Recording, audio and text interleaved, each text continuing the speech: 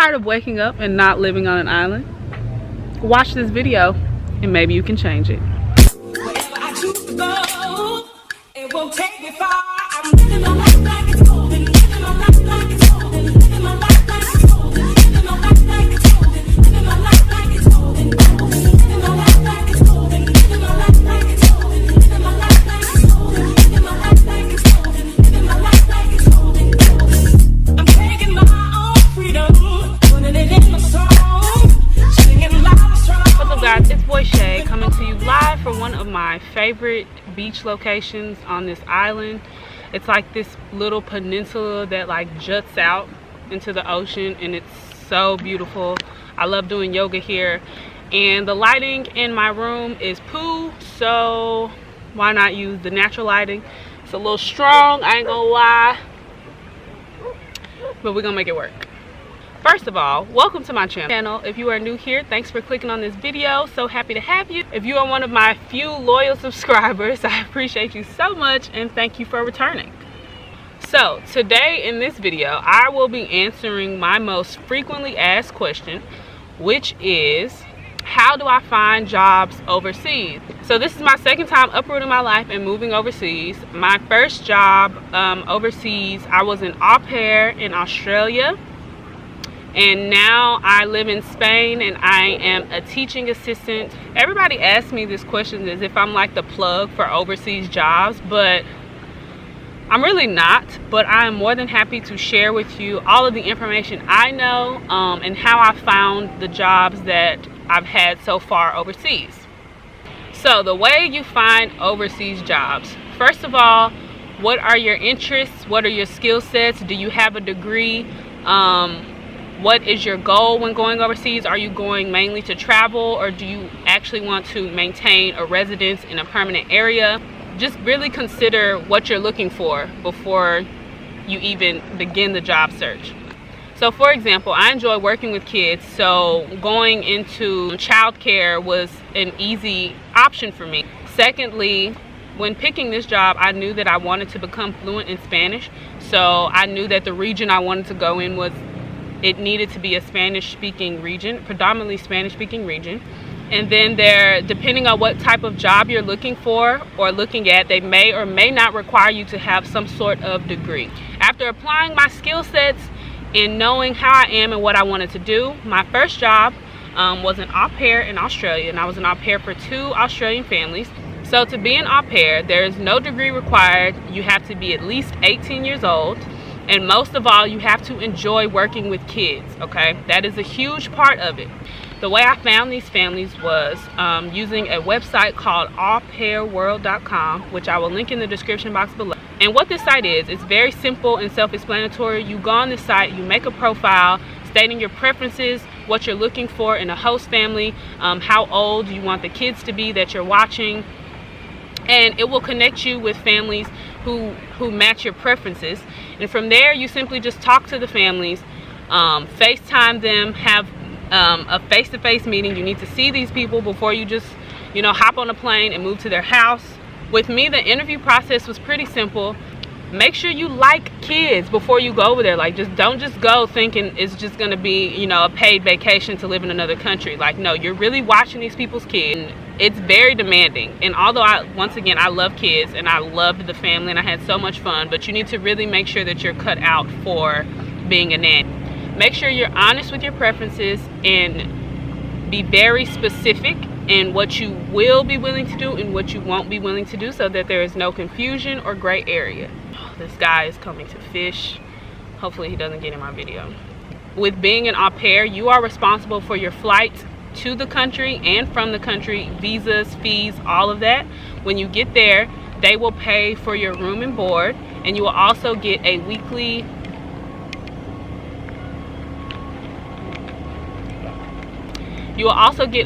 stipend that will be discussed and agreed upon between you and your host family.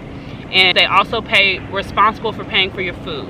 So how did I find the current job that I have now, which is my second overseas job? So I knew I wanted to live somewhere where Spanish was the primary language, because I want to be fluent in Spanish. So I literally Googled teaching English in Spain. The program that I use is called North American Language and Cultural Assistance in Spain. I had to take my time saying that because it's a very long title. I will also link the website below for anyone who's interested in using the same program I've used. This program does require you to have at least a bachelor's degree. It doesn't have to be, it doesn't matter what subject it's in or what your major is. You just have to have a degree of some sort. You don't have to be fluent in Spanish. I am definitely not. I know enough to get by. I'm learning more and more each day, but I'm by no means fluent.